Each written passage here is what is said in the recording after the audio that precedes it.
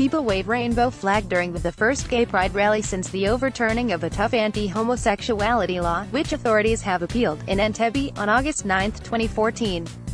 The overturned law, condemned as abominable by rights groups but popular among many Ugandans, called for proven homosexuals to be jailed for life.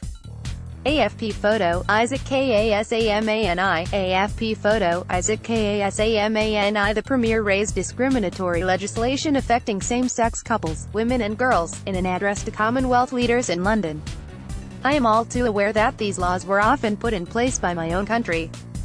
They were wrong then, and they are wrong now," she said in a speech to the biennial Commonwealth Heads of Government meeting, CHOGM.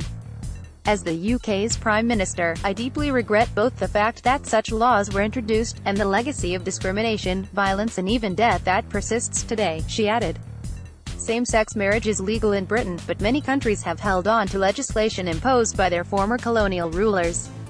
Globally, 72 countries criminalize same-sex relationships, according to a 2017 report by the International Lesbian, Gay, Bisexual, Trans and Intersex Association.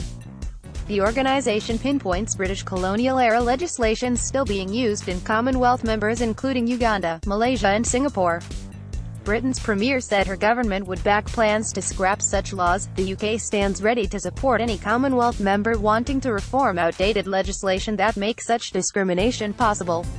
May's speech was met with applause, but her criticism of other countries' laws could cause a further rupture to the summit, which has already been hit with a scandal over émigrés to Britain. The Prime Minister apologized to Caribbean leaders after her government threatened to deport some of the hundreds of thousands of people who moved to Britain from the region in the 1950s and 1960s. Those who did not get their papers in order are now being treated as illegal as part of the government's crackdown. But following a backlash, May has written to each of the Caribbean countries affected outlining how Britain intends to rectify the situation. The row has cast a shadow over the summit, which the UK government had hoped would be an opportunity to promote trade with Commonwealth countries, ahead of Britain leaving the European Union next year.